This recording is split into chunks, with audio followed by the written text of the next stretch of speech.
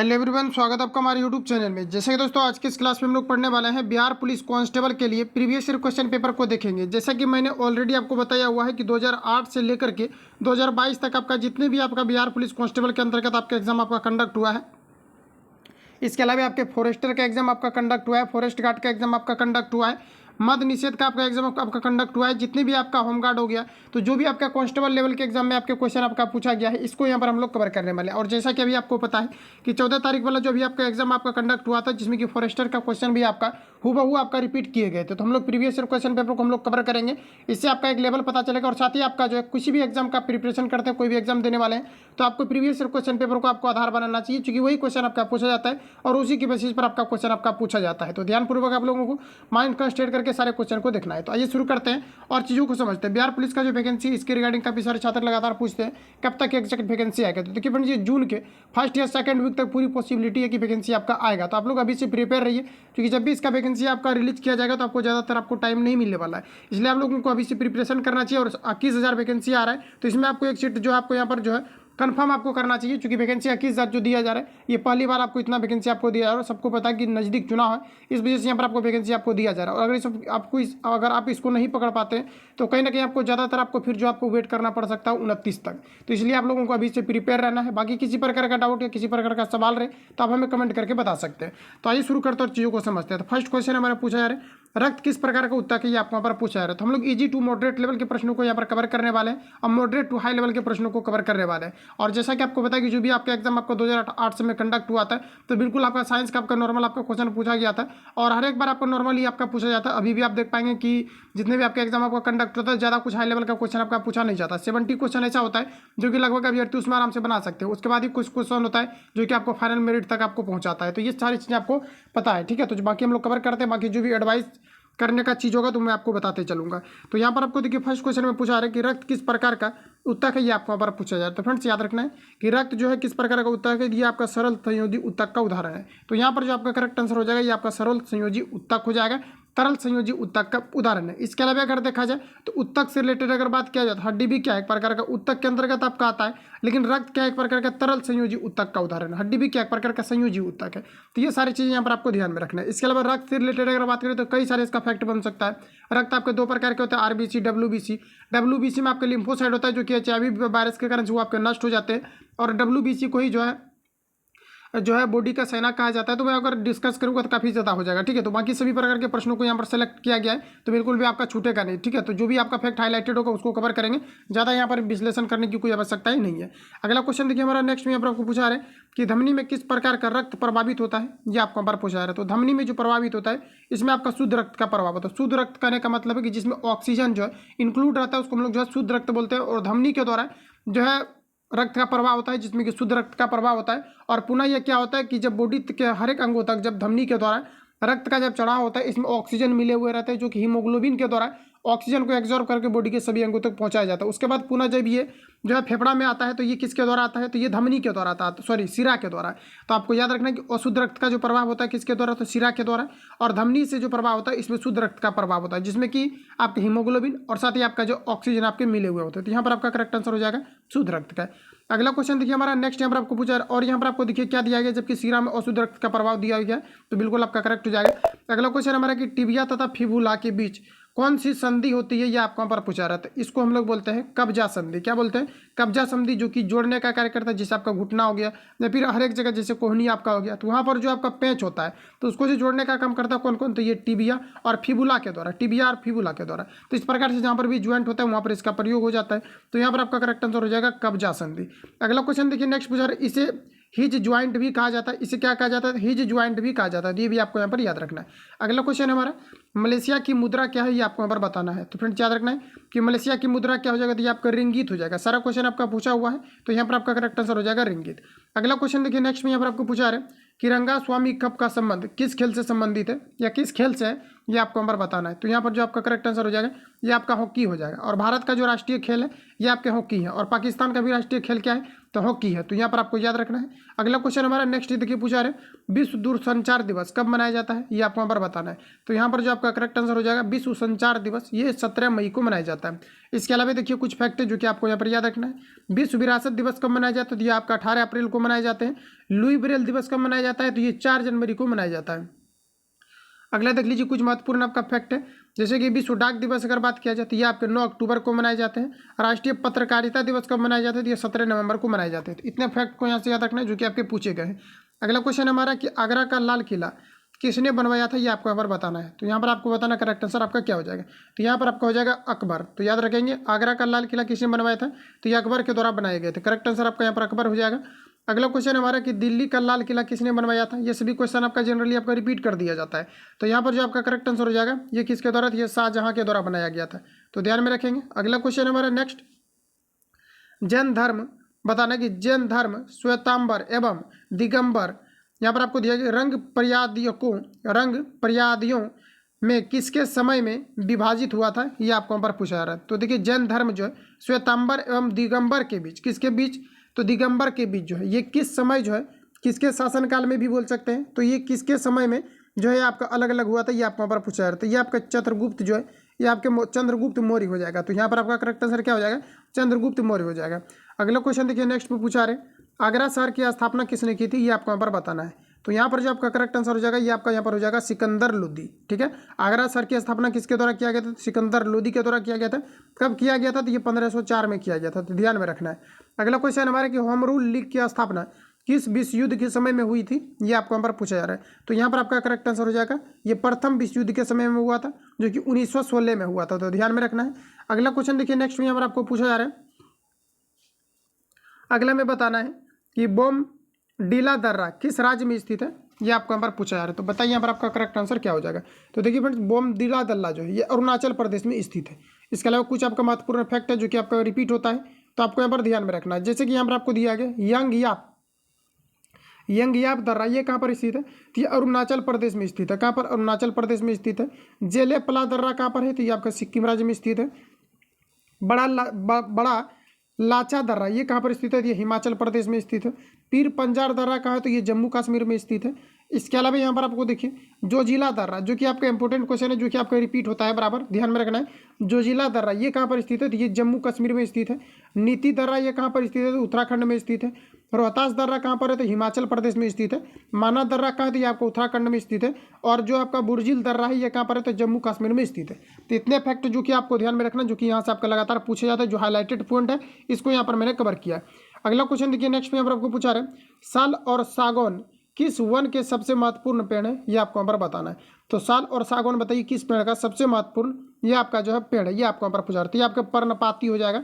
Option यहाँ पर आपका क्या हो जाएगा, तो पर्णपाती, करेक्ट आंसर पर्णपाती हो जाएगा। अगला क्वेश्चन देखिए बंगाल की खाड़ी एवं अरब सागर को कौन जोड़ती है, ये आपको यहाँ पर पूछा रहा है। तो बंगाल की खाड़ी एवं अरब सागर को किसके द्वारा जोड़ने का काम किया जाता है, तो ये पाक जलडमरू के द्वारा किया जाता है। तो ध्यान में रखेंगे पाक जलडमरू यहाँ पर आपका करेक्ट आंसर हो जाएगा। नेक्स्ट क्वेश्चन हमारा कि बद्रीनाथ किस नदी के तट पर बसा है, ये आपको यहाँ पर पूछा जा रहा है। तो फ्रेंड्स याद रखना है कि ये अलकनंदा पर बसा हुआ है। किस पर, तो बद्रीनाथ जो है ये किस नदी के तट पर बसा हुआ है, तो ये अलकनंदा के तट पर बसा हुआ है। तो यहाँ पर आपका करेक्ट आंसर हो जाएगा अलकनंदा। अगला क्वेश्चन देखिए नेक्स्ट में पूछा रहे, लखनऊ किस नदी के किनारे बसा हुआ है, ये आपको यहाँ पर बताना है। तो यहाँ पर जो आपका करेक्ट आंसर हो जाएगा ये आपका हो जाएगा गोमती नदी के तट पर लखनऊ बसा हुआ है। अगला कुछ आपका महत्वपूर्ण आपको फैक्ट है, जैसे अहमदाबाद से रिलेटेड क्वेश्चन आपका पूछा गया है, तो ये आपका हो जाएगा साबरमती नदी के तट पर बसा हुआ है।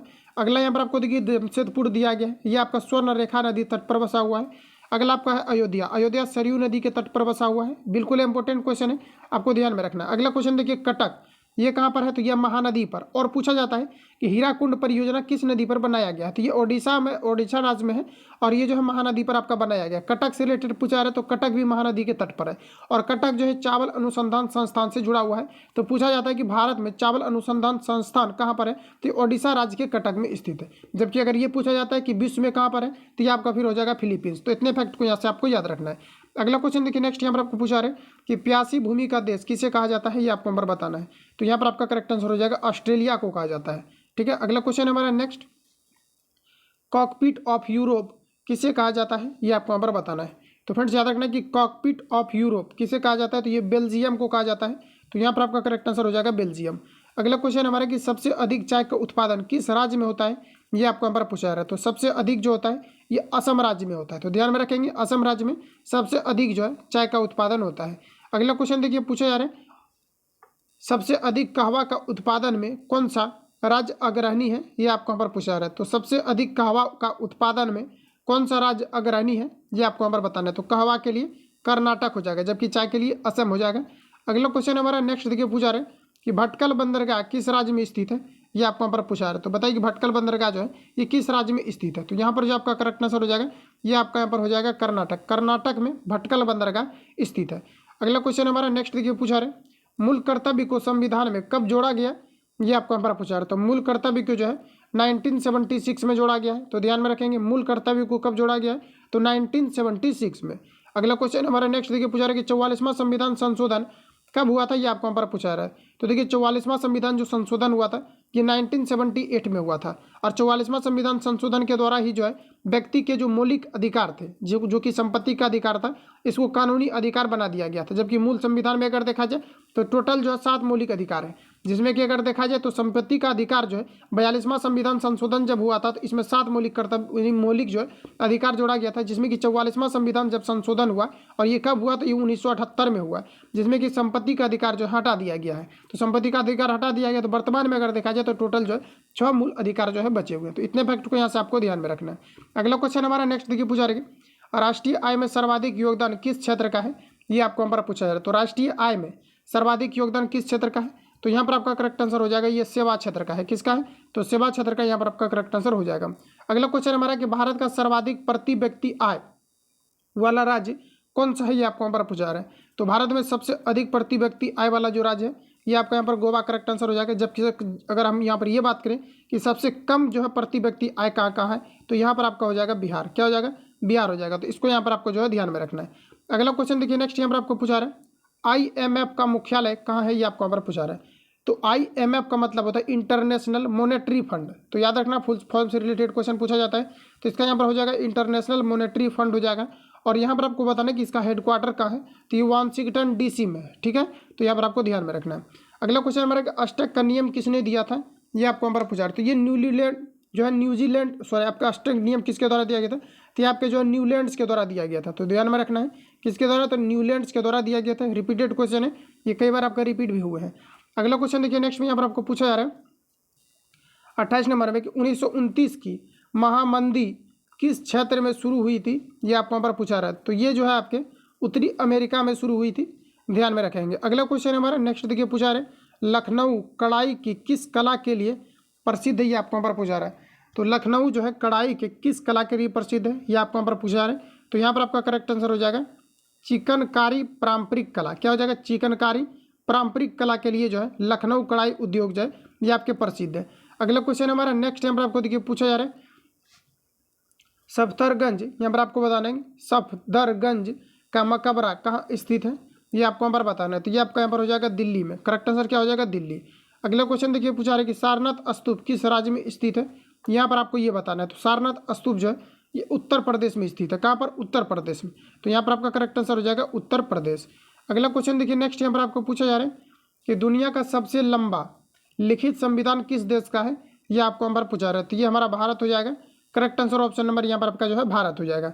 अगला क्वेश्चन देखिए नेक्स्ट में पूछा जा रहा है भारतीय संविधान का अधिकांश भाग किससे लिया गया है, ये आपको यहाँ पर पूछा रहा है। तो भारतीय संविधान का अधिकांश जो भाग लिया गया है ये भारत शासन अधिनियम 1935 के तहत जो है जो है शासन अधिनियम से आपके लिए गए हैं। तो यहाँ पर आपको ध्यान में रखना है। तो यहाँ पर आपका जो करेक्ट आंसर हो जाएगा ये आपका यहाँ पर हो जाएगा भारत शासन अधिनियम।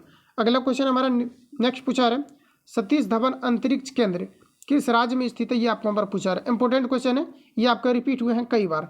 तो आपको याद रखना कि श्रीहरिकोटा में स्थित है, जो कि श्रीहरिकोटा कहाँ है, तो ये आपके आंध्र प्रदेश में स्थित है।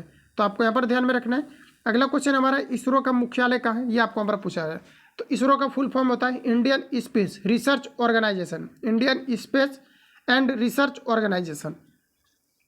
तो यहाँ पर आपको बताना है कि इसका जो मुख्यालय है कहाँ पर है, ये आपको यहाँ पर पूछा रहे थे। तो यहाँ पर आपका हो जाएगा बेंगलुरु। तो आपको याद रखना कि बेंगलुरु यहाँ पर आपका करेक्ट आंसर हो जाएगा। अगला क्वेश्चन है इसरो की स्थापना कब हुई थी, ये आपको यहाँ पर पूछा रहा है। 36 नंबर में इसरो की स्थापना कब हुई थी, ये आपको यहाँ पर पूछा रहा है। तो आपको याद रहेंगे 1969 में इसरो की स्थापना हुई थी। अगला क्वेश्चन हमारा कि दाची गाम राष्ट्रीय उद्यान कहाँ पर स्थित है। उद्यान से रिलेटेड आपको जो है सारा क्वेश्चन आपको याद कर लेना है। उद्यान से रिलेटेड क्वेश्चन आपका पूछा जाता है। तो उद्यान से रिलेटेड यहाँ पर आपका जो हो जाएगा, ये आपका यहाँ पर करेक्ट आंसर हो जाएगा। कहाँ पर है, तो जम्मू कश्मीर है। अगला क्वेश्चन हमारा कि कौन सी जल संधि मलेशिया को यहाँ पर आपको बताना कि सुमात्रा द्वीप से अलग करता है, ये आपको यहाँ पर पूछा जा रहा है। तो देखिए मलेशिया को जो है सुमात्रा से कौन अलग करता है, ये आपको यहाँ पर पूछा जा रहा है। तो ये आपका हो जाएगा मलक्का जल संधि। मलक्का जल संधि यहाँ पर आपका करेक्ट आंसर हो जाएगा। अगला क्वेश्चन है हमारा कि किस मुगल बादशाह के अंतर्गत मुगल सेना में सर्वाधिक हिंदू सेना स्थापित थी, ये आपको यहाँ पर पूछा जा रहा है। फिर से क्वेश्चन को पढ़िए, किस मुगल बादशाह के अंतर्गत मुगल सेना में सर्वाधिक हिंदू सेनापति थे, ये आपको यहाँ पर पूछा जा रहा है। तो ये आपका हो जाएगा औरंगजेब। औरंगजेब के शासनकाल में ऐसा हुआ था जिसमें कि मुगल बादशाह के अंतर्गत जो है हिंदू जो सेना है ये काफ़ी ज़्यादा थे। तो यहाँ पर आपका हो जाएगा औरंगजेब करेक्ट आंसर। अगला क्वेश्चन देखिए नेक्स्ट में यहाँ पर आपको पूछा जा रहा है प्रथम बौद्ध संगीति कब हुई थी, ये आपको यहाँ पर बताना है। तो देखिए यहाँ पर आपको याद रखना कि प्रथम जो बौद्ध संगीति हुई थी ये आपका हुआ था 483 ईसा पूर्व, जो कि राजगिरी में हुआ था।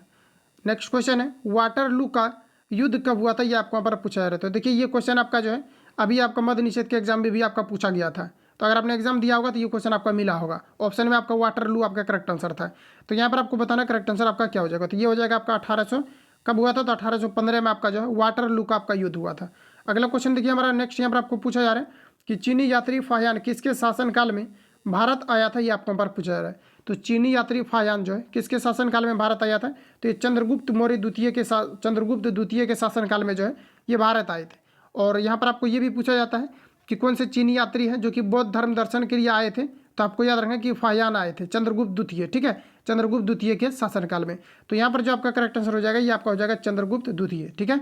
अगला क्वेश्चन हमारा नेक्स्ट यहाँ पर आपको देखिए पूछा रहा है मेगास्थनीज किसके समय में भारत आया था, ये आपको यहाँ पर पूछा जा रहा है। तो यहाँ पर जो आपका करेक्ट आंसर हो जाएगा चंद्रगुप्त मौर्य हो जाएगा, ठीक है। तो इस प्रकार के क्वेश्चन आपके बिहार से रिलेटेड जब भी एग्जाम होता है तो आपका रिपीट होते रहता है। अगला क्वेश्चन हमारा कि भारतीय ध्वज के डिजाइन को किसने तैयार किया था, ये आपको यहाँ पर पूछा जा रहा है। तो यहाँ पर आपका करेक्ट आंसर हो जाएगा पिंगली वेंकैया। तो आपको ध्यान में रखना क्या हो जाएगा, तो पिंगली वेंकैया हो जाएगा। अगला क्वेश्चन देखिए नेक्स्ट यहाँ पर आपको बताना है कि भारतीय झंडा को संविधान सभा द्वारा कब स्वीकार किया गया था, ये आपको यहाँ पर पूछा जा रहा है। तो क्वेश्चन देखिए सिस्टमेटिक तरीका से अरेंज किया गया है।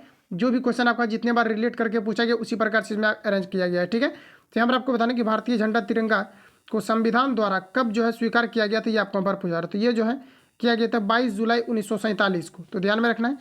अगला क्वेश्चन हमारा कि झंडा समिति के अध्यक्ष कौन थे, ये आपको यहाँ पर बताना है। तो यहाँ पर जो आपका करेक्ट आंसर हो जाएगा ये आपका हो जाएगा जेबी कृपलानी। जेबी कृपलानी जो है झंडा समिति के जो है अध्यक्ष थे।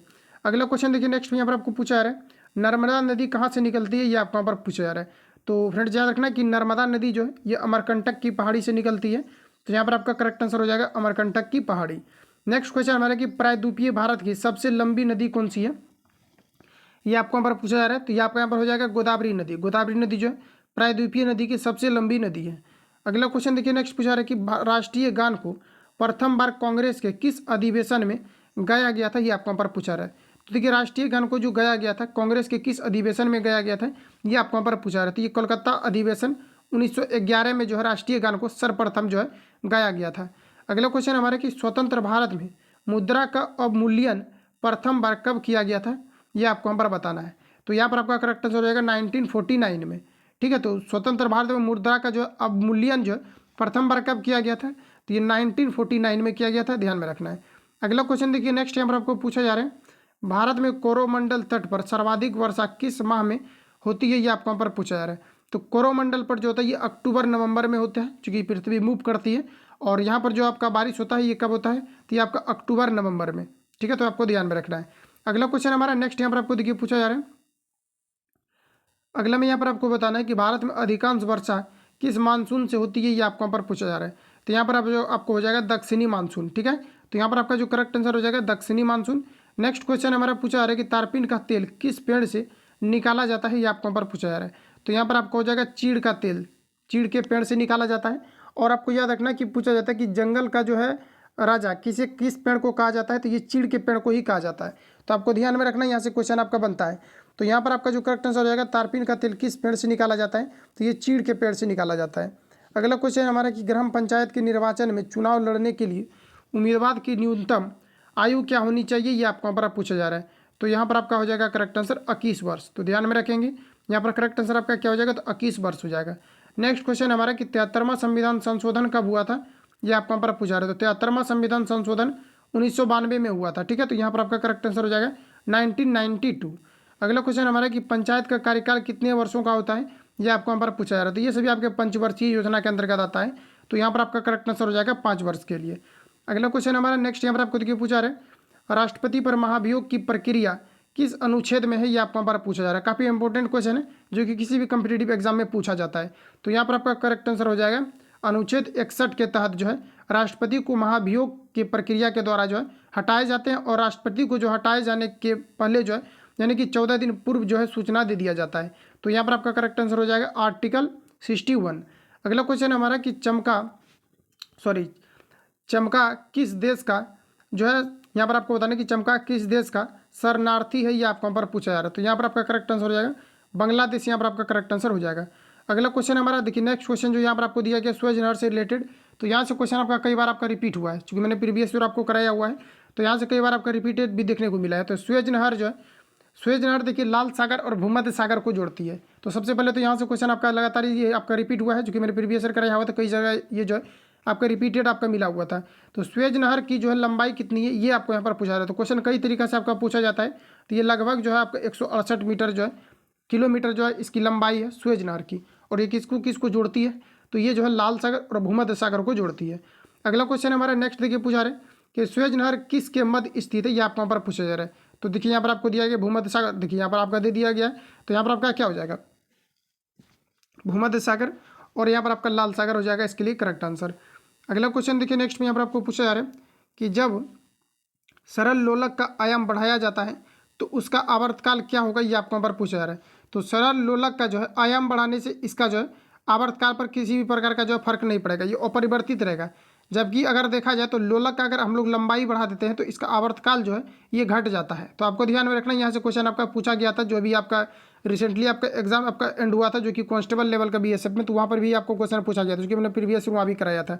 तो कई सारे अलग अलग जगह पर जो क्वेश्चन आपका रिपीट होते रहते हैं, इस वजह से जो भी आपका प्रीवियस ईयर क्वेश्चन पेपर है अच्छी तरीके से इसको जो है कवर करना है आपको। तो यहाँ पर जो आपका करेक्ट आंसर हो जाएगा ये आपका अपरिवर्तित हो जाता है। अगला क्वेश्चन हमारा नेक्स्ट यहाँ पर आपको देखिए पूछा रहे कि शरीर की द्वितीय सबसे बड़ी ग्रंथि कौन सी है, ये आपको यहाँ पर पूछा जा रहा है। तो यहाँ पर आपका जो करेक्ट आंसर हो जाएगा ये आपका हो जाएगा शरीर की द्वितीय सबसे बड़ी ग्रंथि कौन सी, ये आपको यहाँ पर पूछा रहा है। तो यहाँ पर आपका हो जाएगा अग्नाशय, ठीक है। और जबकि अगर प्रथम ग्रंथि की अगर बात किया जाए तो फिर आपका हो जाएगा यकृत हो जाएगा। तो यहाँ पर जो आपका करेक्ट आंसर हो जाएगा ये आपका हो जाएगा अग्नाशय, जो कि द्वितीय सबसे बड़ी ग्रंथि के अंतर्गत आता है। अगला क्वेश्चन हमारा नेक्स्ट यहाँ पर आपको देखिए पूछा रहा है मनुष्य के शरीर की सबसे छोटी ग्रंथि कौन सी है, ये आपको यहाँ पर पूछा रहा है। तो ये आपका हो जाएगा पिट्यूटरी ग्लैंड हो जाएगा, पिट्यूटरी ग्रंथि हो जाएगा, जो कि मानव शरीर की सबसे छोटी ग्रंथि के अंतर्गत आता है। अगला क्वेश्चन हमारा कि एलोरा की गुफाएं किस राज्य में स्थित है, ये आपको यहाँ पर पूछा रहा है। तो ये महाराष्ट्र में स्थित है। ऑप्शन यहाँ पर आपका यहाँ पर जो करेक्ट आंसर हो जाएगा ये आपका यहाँ पर हो जाएगा महाराष्ट्र। एलोरा की गुफाएं कहाँ पर स्थित है, तो ये महाराष्ट्र में स्थित है। अगला क्वेश्चन हमारा कि एलिफेंटा की गुफाएं कहाँ पर स्थित है, तो ये आपका जो है मुंबई में स्थित है। कहाँ पर, मुंबई में। ये दोनों क्वेश्चन आपका जो है इंपॉर्टेंट है, ये आपका दोनों जो है रिपीट आपका हुआ है कई बार, ठीक है। बाकी सब आपका प्रीवियस ईयर है, लेकिन जो हाईलाइटेड है जो कि बराबर रिपीट कर दिया जाता है उसको यहाँ पर आपको जो है मार्क कर लेना है। अगला क्वेश्चन हमारा कि भीमबेटका किस गुफा की राज्य है, ये आपको किस गुफा में जो है भीमबेटका जो गुफा है ये किस राज्य में स्थित है, ये आपको यहाँ पर पूछा रहता है। ये जो है मध्य प्रदेश राज्य में स्थित है। तो यहाँ पर आपका जो है करेक्ट आंसर मध्य प्रदेश हो जाएगा। अगर ये पूछा जाता है कि सोयाबीन का सबसे अधिकतम उत्पादन कहाँ पर किया जाता है, तो ये भी आपका जो है मध्य प्रदेश में किया जाता है। अगला क्वेश्चन हमारा नेक्स्ट यहाँ पर आपको देखिए पूछा जा रहा है प्रथम लोकसभा के अध्यक्ष कौन बने थे, ये आपको यहाँ पर बताना है। तो प्रथम से रिलेटेड क्वेश्चन ज़्यादातर आपका पूछा जाता है, और द्वितीय से रिलेटेड पूछा जाता है, और एक अंतिम से रिलेटेड पूछा जाता है। तो वो सब आपका मुगल में चल जाता है, लेकिन प्रथम और द्वितीय यहाँ पर आपका जो है ये आपको याद रखना कि कौन पहली बार बना था और कौन जो है दूसरी बार बना था। हालांकि प्रथम बार से रिलेटेड आपका ज़्यादा आपका क्वेश्चन पूछा जाता है। तो यहाँ पर आपको बताना है प्रथम लोकसभा के अध्यक्ष कौन बने थे, ये आपको यहाँ पर पूछा रहा है। कि आपका यहाँ पर हो जाएगा जीबी मावलंकर हो जाएगा, करेक्ट आंसर हो जाएगा यहाँ पर आपका जीबी मावलंकर। नेक्स्ट क्वेश्चन हमारा कि कुंडन कुलम यानी कि कुंडन कुलम नाभिकीय ऊर्जा, देखिए यहाँ पर आपका जो है कुंडम कुलम नाभिकीय जो ऊर्जा संयंत्र है ये किस राज्य में स्थित है, ये आपको यहाँ पर बताना है। तो बताइए यहाँ पर आपका करेक्ट आंसर क्या हो जाएगा। तो यहाँ पर आपका हो जाएगा तमिलनाडु, ठीक है। तो ऑप्शन यहाँ पर आपका करेक्ट आंसर हो जाएगा तमिलनाडु। नेक्स्ट क्वेश्चन हमारे कि तारापुर नाभिकीय रिएक्टर किस राज्य में स्थित है, ये आपको यहाँ पर पूछा जा रहा है। तो ये आपका यहाँ पर हो जाएगा महाराष्ट्र। कहाँ पर है, तो महाराष्ट्र, जो कि विद्युत का सबसे बड़ा जो है, ये आपका प्रथम बार इसको स्थापित किया गया था और ये काफ़ी ज़्यादा जो है ये आपका फेमस है। तो यहाँ पर आपको ध्यान में रखना है, इससे क्वेश्चन आपके पूछे जाते हैं। अगला क्वेश्चन हमारा कि नरोरा नाभिकीय रिएक्टर किस राज्य में स्थित है, ये आपको यहाँ पर पूछा जा रहा है। तो ये आपको यहाँ पर हो जाएगा उत्तर प्रदेश राज्य में स्थित है। तो करेक्ट आंसर यहाँ पर आपका हो जाएगा उत्तर प्रदेश। अगला क्वेश्चन हमारा कि वेल्थ ऑफ नेशन नामक पुस्तक के लेखक कौन है, ये आपको यहाँ पर पूछा जा रहा है। ये भी हाईलाइटेड क्वेश्चन है। तो यहाँ पर आपको बताना है कि वेल्थ ऑफ नेशन पुस्तक किसके द्वारा लिखा गया है, तो ये एडम स्मिथ के द्वारा लिखा गया है। ठीक है, तो यहाँ पर आपका करेक्ट आंसर हो जाएगा एडम स्मिथ। अगला क्वेश्चन हमारा फेयरवेल टू इंडिया पुस्तक के लेखक कौन है।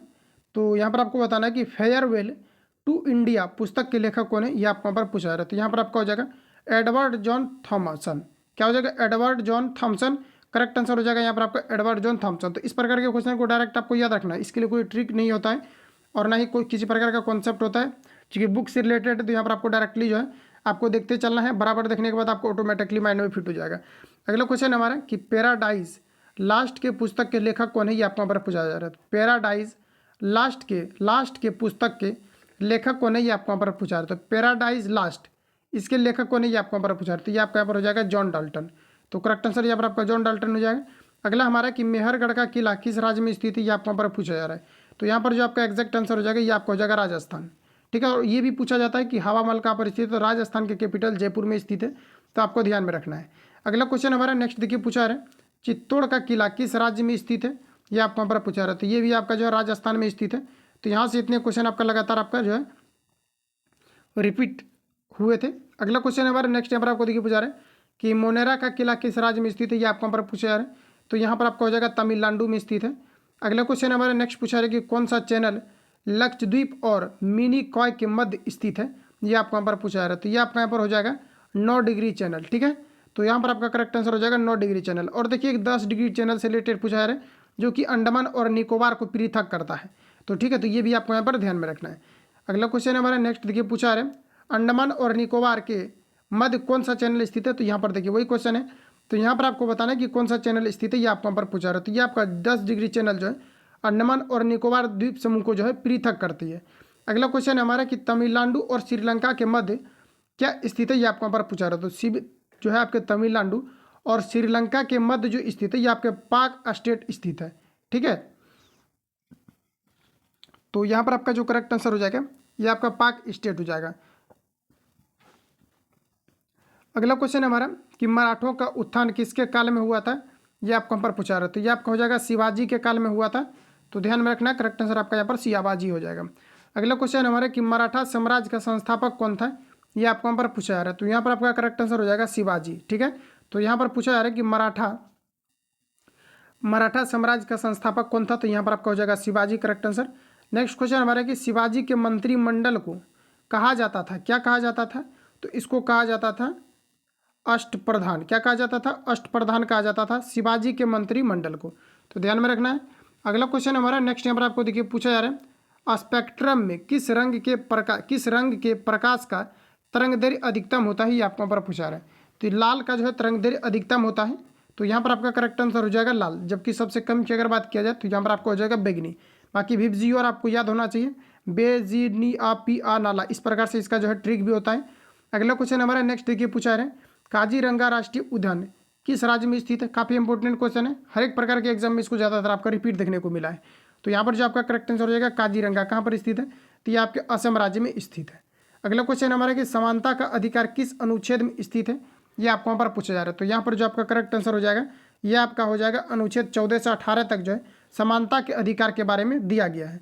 कुछ महत्वपूर्ण फैक्ट आपका स्वतंत्रता का अधिकार जो है ये 19 से लेकर के 22 में दिया गया है। इसके अलावा देख पाएंगे कि शोषण के विरुद्ध अधिकार जो है ये आपके 23 से 24 में दिया गया है। इसके अलावा धार्मिक स्वतंत्रता का अधिकार 25 से 28 में दिया गया है। तो मेनली अगर देखा जाए तो मूल अधिकार जो दिया गया है ये आपके आर्टिकल 19 में दिया गया है। ठीक है, तो यहाँ पर आपको ध्यान रखना है। बाकी ये सभी में अलग अलग, जैसे कि आपका स्वतंत्रता का अधिकार हो गया तो 25 से आपका 28 के बीच है। शोषण के विरुद्ध अधिकार अगर देखा जाए तो ये आपका 23 से 24 के बीच है। तो इस प्रकार से आपको अलग दे करके भी आपका पूछा जाता है, तो आपको ध्यान में रखना है। अगला क्वेश्चन हमारा नेक्स्ट यहाँ पर आपको देखिए पूछा रहे और यहाँ पर देखिए आपका ये जो यहाँ पर आपको दिया गया आर्टिकल स्वतंत्रता का अधिकार, ये मद निषेध के जो अभी आपका 14 तारीख का एग्जाम हुआ है, यहाँ पर ये आपका क्वेश्चन आपका पूछा गया जिसमें कि आपका दिया गया था आर्टिकल 19 और यहाँ पर आपको जो है क करके दिया गया था, ठीक है। तो आपको याद रखना है आर्टिकल 19 या ए करके ऐसे करके दिया गया था। अगर आप एग्जाम दिए होगे तो मिला होगा, या प्रीवियस ईयर क्वेश्चन पेपर को उल्टाइए, ये आपका यहाँ पर मिल जाएगा स्वतंत्रता का अधिकार को लेकर के। अगला क्वेश्चन हमारा नेक्स्ट यहाँ पर आपको देखिए पूछा रहा है कि त्रिस्तरीय पंचायती राज व्यवस्था की अनुशंसा किसके द्वारा की गई थी, ये आपको यहाँ पर पूछा जा रहा है। तो त्रिस्तरीय पंचायती राज व्यवस्था की अनुशंसा जो किया गया था ये बलवंत राय मेहता के द्वारा किया गया था। तो यहाँ पर आपका करेक्ट आंसर हो जाएगा बलवंत राय मेहता। अगला क्वेश्चन है हमारा कि किस राज्य में पंचायती राज का सबसे पहले प्रारंभ हुआ था, ये आपको यहाँ पर पूछा जा रहा है। तो ये आपका हो जाएगा राजस्थान के नागौर में हुआ था। पंचायती राज व्यवस्था का सबसे पहले जो प्रारंभ हुआ था ये कहाँ पर हुआ था, तो ये जो है राजस्थान के नागौर में हुआ था। नागौर जिला है वहीं पर हुआ था। और ये कब हुआ था, तो ये आपका 2 अक्टूबर 1959 को हुआ था, ध्यान में रखेंगे। अगला क्वेश्चन हमारा नेक्स्ट देखिए पूछा जा रहा है पंचायती राज से संबंधित संशोधन कौन सा है, ये आपको यहाँ पर बताना है। तो 73वां संविधान संशोधन जो है ये पंचायती राज से संबंधित है, तो ध्यान में रखेंगे। करेक्ट आंसर यहाँ पर आपका 73वां संविधान संशोधन हो जाएगा। अगला क्वेश्चन हमारा कि पेरियार जल विद्युत परियोजना किस राज्य में स्थित है, ये आपको यहाँ पर बताना है। तो ये आपका यहाँ पर हो जाएगा केरल। करेक्ट आंसर केरल यहाँ पर आपका जो है राइट हो जाएगा। अगला क्वेश्चन हमारा कि माल प्रभाव परियोजना किस राज्य में स्थित है, ये आपको यहाँ पर पूछा जा रहा है। तो यहाँ पर आपका करेक्ट आंसर हो जाएगा कर्नाटक। कहाँ पर है, तो ये आपके कर्नाटक में स्थित है, तो ध्यान में रखेंगे। अगला क्वेश्चन देखिए नेक्स्ट यहाँ पर आपको पूछा जा रहा है अंतर्राष्ट्रीय मानक संस्थान का मुख्यालय कहाँ पर है, ये आपको यहाँ पर बताना है। तो बताइए यहाँ पर आपका करेक्ट आंसर क्या हो जाएगा। तो अंतर्राष्ट्रीय मानक संस्थान का जो मुख्यालय है यहाँ पर आपका करेक्ट आंसर हो जाएगा ये आपका जेनेवा में है, ठीक है। तो यहाँ पर आपका जेनेवा जो है करेक्ट आंसर यहाँ पर आपका हो जाएगा। आगे बढ़ते हैं। अगला क्वेश्चन हमारा कि जो है आपका इत्ता जो है आपका इक्का प्रथा के किसके द्वारा प्रारंभ किया गया था, इत्ता प्रथा, तो ये आपको यहाँ पर बताना है। तो यहाँ पर जो आपका करेक्ट आंसर हो जाएगा ये आपका इल्तुतमिश के द्वारा जो है प्रारंभ किया गया था इक्का प्रथा। तो यहाँ पर आपका करेक्ट आंसर क्या हो जाएगा, तो यहाँ पर आपका इक्का प्रथा हो जाएगा। अगला क्वेश्चन हमारा कि केंद्रीय औषधि अनुसंधान संस्थान कहाँ पर स्थित है, ये आपको यहाँ पर पूछा जा रहा है। तो ये जो है उत्तर प्रदेश के लखनऊ में स्थित है। ये भी क्वेश्चन आपका रिपीट कई बार आपका हुआ है, तो ध्यान में रखना है, इस सबको मार्क करके आपको रखना है। अगला क्वेश्चन हमारा नेक्स्ट यहाँ पर आपको देखिए पूछा जा रहा है केंद्रीय आलू अनुसंधान संस्थान कहाँ पर स्थित है, ये आपको यहाँ पर बताना है। तो ये आपका यहाँ पर हो जाएगा शिमला में। कहाँ पर है, तो ये आपका यहाँ पर शिमला करेक्ट आंसर हो जाएगा। अगला क्वेश्चन हो रहा है कि केंद्रीय चमड़ा अनुसंधान संस्थान कहाँ पर है, ये आपको यहाँ पर बताना है। तो यहाँ पर आपका जो करेक्ट आंसर हो जाएगा ये आपका यहाँ पर हो जाएगा चेन्नई में स्थित है। अगला क्वेश्चन देखिए नेक्स्ट यहाँ पर आपको पूछा रहा है भारतीय संविधान के किस भाग में नागरिकता के बारे में बताया गया है, ये आपको यहाँ पर पूछा जा रहा है। तो नागरिकता के बारे में कहाँ पर बताया गया है, तो ये भाग 2 में बताया गया है। नागरिकता के कई सारे जो है फैक्ट भी आपके बन सकते हैं, ठीक है। तो इसको जब भी आपको प्रैक्टिस सेट में कराऊंगा तो वहाँ पर जो है इसको कवर किया जाएगा। बाकी आपको याद रखना है कि नागरिकता जो है संविधान के किस भाग में है, तो ये भाग जो है 2 में इसका चर्चा किया गया है। और यहाँ पर जो आपका नेक्स्ट क्वेश्चन है देखिए पूछा रहा है कि भारत में किस प्रकार की नागरिकता का प्रावधान है, ये आपको यहाँ पर पूछा रहा है। तो यहाँ पर एकल नागरिकता का प्रावधान है। और ये भी पूछा जाता है कि द्वि नागरिकता का प्रावधान जो है कहाँ पर है, तो ये अमेरिका में है। अमेरिका में क्या है कि एक आपका जो है देश के लिए अलग नागरिकता है, बाकी राज्य के लिए अलग नागरिकता है। तो वहाँ पर 2 तरह का नागरिकता जो है लेना पड़ता है, ठीक है। तो इस प्रकार से आपका यहाँ पर करेक्ट आंसर हो जाएगा एकल नागरिकता भारत में। जैसे कि भारत से अगर कोई भी व्यक्ति अगर दूसरे देश में पलायन करता है तो सिर्फ आपको जो है ये आपको वीज़ा और पासपोर्ट की ज़रूरत पड़ती है।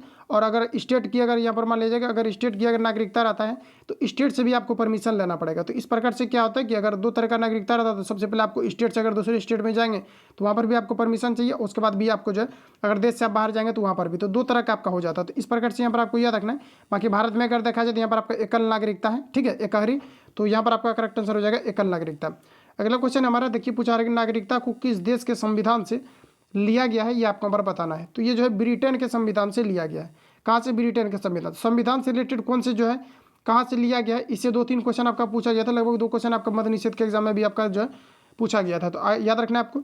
अगला क्वेश्चन हमारा कि वर्तमान समय में लोकसभा के सदस्य कितनी है, ये आपको हमारा पूछा जा रहा है। तो वर्तमान में लोकसभा का सदस्य जो है ये टोटल कितना है, तो 545 है, ठीक है। तो यहाँ पर आपका करेक्ट आंसर हो जाएगा 545, यहाँ पर आपका करेक्ट आंसर हो जाएगा।